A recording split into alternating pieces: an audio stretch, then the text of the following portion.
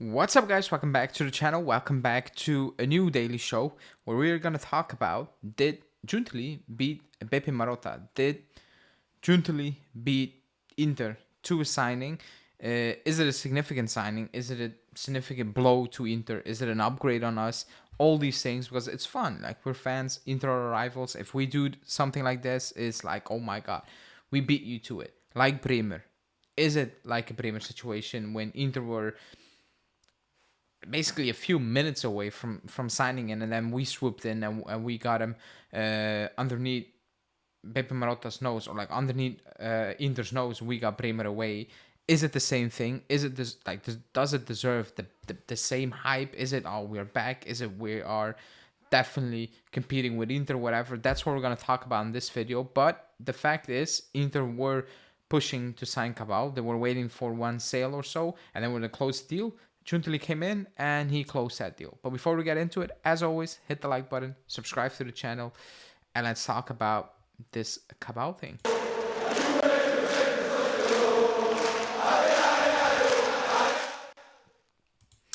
Okay, so factually, quote unquote, and factually, I mean going off the rumors, the same sources that confirm we signed Cabal, he did beat Inter.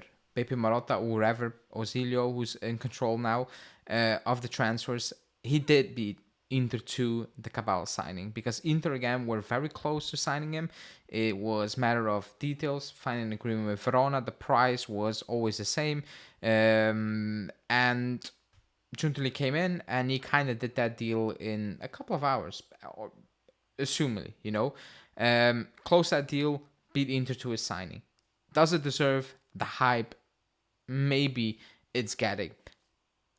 As much as I want to say yes, it does, it really doesn't, because for Inter it was a backup. For us, it was always a backup. It's not like the Bremer situation where we were dead on signing a starter, the best defender in the league, and so we're Inter, and we came in and we did that before them, or we offered what Inter were not offering and we convinced Inter to join us, and not Inter.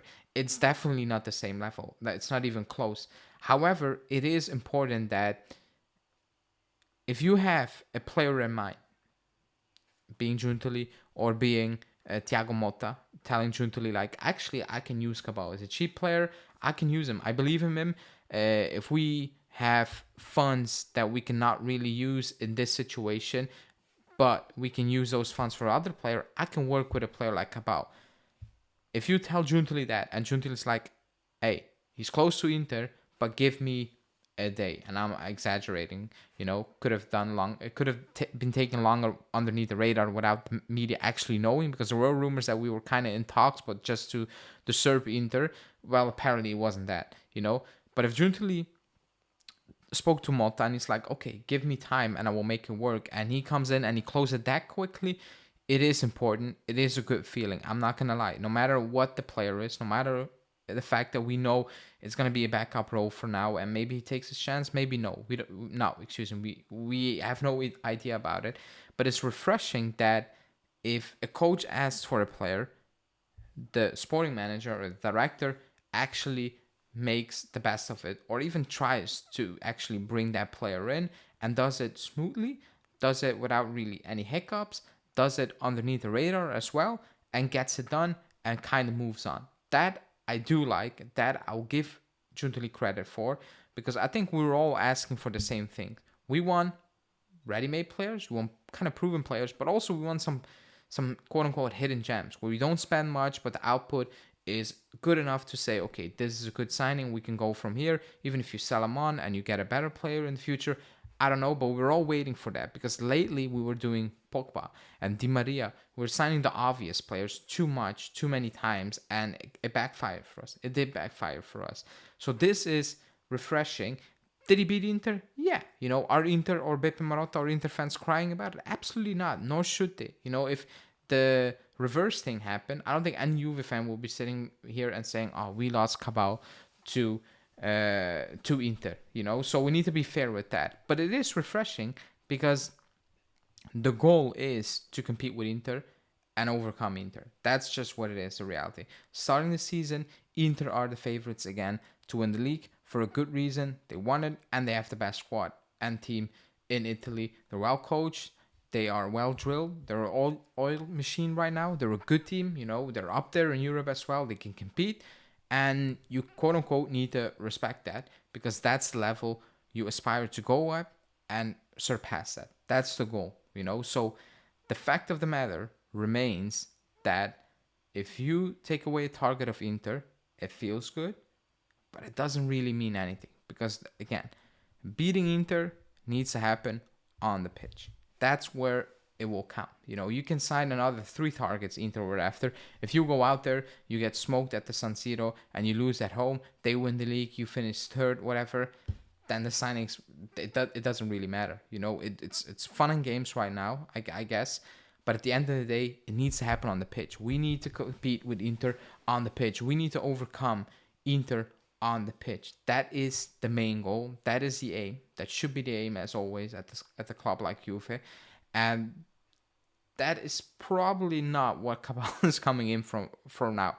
Starting the couple of weeks, months, there's no pressure on Cabal. I don't think anyone has high expectations on Cabal. I don't think anyone expects him to play anytime soon, starting games, if we're being 100% honest. So that's why I'm saying, yes, you beat Inter, but the excitement level shouldn't be like, oh my God, here we go, Inter, we done this, we done that. I don't think Marotta is sitting there being like, oh my God, we missed out completely 100%. Even if they believe in the player, even if you believe in the player, it's not that magnitude of a transfer. It's a good deal, it's a smart deal, and I like it, and we need to appreciate it, but we also need to calm down, because it is a backup.